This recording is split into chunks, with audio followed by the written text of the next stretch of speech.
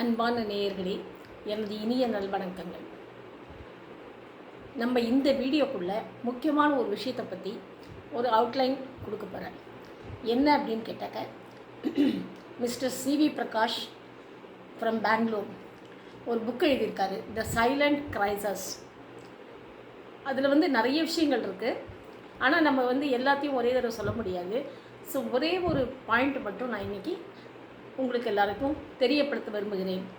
அதில் என்னன்னு கேட்டாக்க, மேனேஜ்மெண்ட், அதாவது டைம் மேனேஜ்மெண்ட் அண்ட் ஆர்கனைசேஷன்.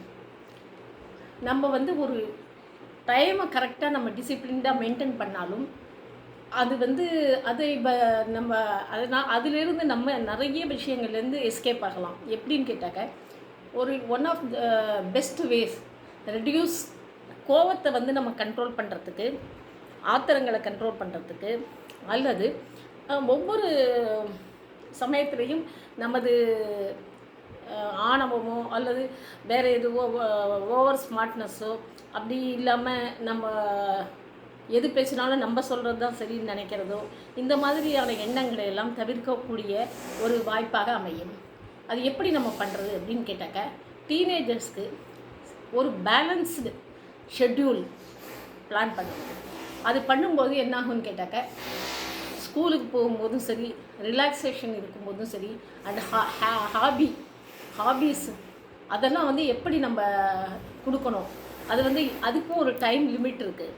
எல்லாத்துலேயுமே நம்ம ஒரு இன்வால்வ் ஆகி, பேரண்ட்ஸ் இன்வால்வ் ஆகி அதை நம்ம கொடுக்கும்பொழுது எவ்வளவு அந்த குழந்தைகளுக்கு ஃப்ரம் த சைல்ட்ஹுட்லேருந்து அந்த டிசிப்ளின் மெயின்டைன் பண்ணினாக்க அவங்களுக்கு எல்லாத்துலேருந்தும் விடுபடுறதுக்கு முடியும். ரெண்டாவது, சின்ன வயசில் படிப்பு சின்ன வயசில் நமக்கு என்ன மனசில் பதியுதோ அதுதாங்க கடைசி வரைக்கும் இருக்கும். மற்றதெல்லாம் நடுவில் வர்ற விஷயங்கள் அது எப்படி சொல்கிறது, அது வந்ததுனாக்க அந்த ஒரு டெம்பரரி பீரியடு இருக்கும். ஆனால் அந்த டெம்பரரி பீரியட் இருந்தாலும் அது நம்மளை ரொம்ப பாதிக்கும், நம்மளை சுற்றி இருக்கிறவங்களையும் பாதிக்கும். அதனால் ரொம்ப ரொம்ப இம்பார்ட்டண்ட் என்னன்னு கேட்டால், டைம், ஸ்பேஸ் அண்ட் டைம் குழந்தைகளுக்கு கொடுக்கணுங்கிறது மட்டும் இல்லை, எல்லாருக்குமே கொடுக்கணும், பெரியவங்களுக்கும். அதே மாதிரி ஒவ்வொருத்தருடைய ஃபீலிங்ஸையும் நம்மளால் புரிஞ்சிக்க முடியாது அப்படின்னா கூட விட்டு கொடுக்கணும். அந்த மாதிரி கொடுக்கும் பொழுது அவங்க எல்லாருமே சுதந்திரமாகவும் திங்க் பண்ணுறதுக்கு உரிய ஒரு இதாகவும் இருப்பாங்க. அப்போ அவங்க டிசைட் பண்ண முடியும், கிளாரிட்டி இருக்கும் மைண்டில். ஸோ இதனால் இந்த சைலண்ட் கிரைசஸ்ங்கிற புக்கில் நிறைய விஷயங்கள் டீனேஜர்ஸை பற்றி, அவங்களுக்கு ஏன் இந்த கோபம் வருது, அவங்களுக்கு எப்படி அதை எப்படி கண்ட்ரோல் பண்ணுறது, அல்லது அவங்களுக்கு டிப்ரெஷன் எப்படி உண்டாகுது, இந்த மாதிரி நிறைய விஷயங்கள் அவங்கள எந்த வயசுலேருந்து நம்ம அப்சர்வ் பண்ணினாக்க அதை கட்டுப்படுத்த முடியும், அதுக்கு என்ன ரெமிடிஸ் அப்படிங்கிறத பற்றி டீட்டெயிலாக ரொம்ப அழகாக எழுதியிருக்காரு. நீங்கள் எல்லாருமே அந்த புக்கை வாங்கி படிங்க. இது குழந்தைகள் ரொம்ப முக்கியமானது, படிக்க வேண்டியதுன்னு சொன்னாக்க கூட பெரியவங்க, அதாவது சைல்டுஹுட்டுன்னு சின்ன குழந்தைங்க படிக்க முடியாது, கொஞ்சம் மிடில் ஏஜ் பசங்க படிக்கலாம். ஆனால் பேரண்ட்ஸ் கண்டிப்பாக படிங்க. பேரண்ட்ஸ் ஏன் படிக்கணும்னு கேட்டாக்க, அவங்க தான் எல்லாமே ஃபீட் பண்ணுறது குழந்தைங்களுக்கு.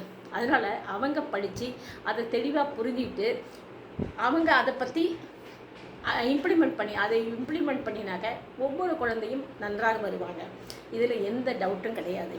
ஆனாக்க இந்த சூழ்நிலை, மற்றபடி சொசைட்டி, வெளியில் வேலை, அந்த வேலை அழுத்தத்தால் மன அழுத்தம் இதெல்லாம் வருது அப்படின்னு சொன்னாக்க, இதுக்கு காரணமும் இது தாங்க, பேசிக் தான். சில பேர் நீங்கள் பார்த்தீங்கன்னாக்கா கவலையே படாமல் இருப்பாங்க. எதுக்கும் அவங்களுக்கு மட்டும் கவலை இருக்காதா, இருக்கக்கூடிய சூழ்நிலை வாய்ப்பு இருக்காதா, இருக்கும். ஆனால் அதை பற்றி அவங்க கவலையை எடுத்துக்கிறது இல்லை. ஸோ அப்படி இருக்கிற ஜனங்களை நம்ம பார்க்குறோம். அப்போ அவங்க சந்தோஷமாக இருப்பாங்க. ஆனால் நிறைய எல்லாம் இருந்தும் படித்து வேலை பண்ணி சம்பாதிச்சு வீடு வாசல்னு இருந்து அவங்க படுற கவலையில் அவங்களுக்கு எல்லாம் இருந்து ஜீரோவாக இருப்பாங்க. சந்தோஷங்கிறது மனசில் இருக்காது, அமைதி இருக்காது.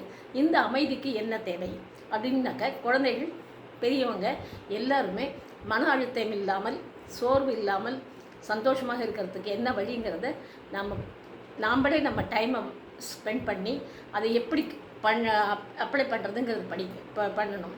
அதுக்கு இந்த புக்கு உங்களுக்கு ரொம்ப உறுதுணையாக இருக்கும். நீங்கள் எல்லாருமே படித்து பாருங்கள். நன்றி, வணக்கம்.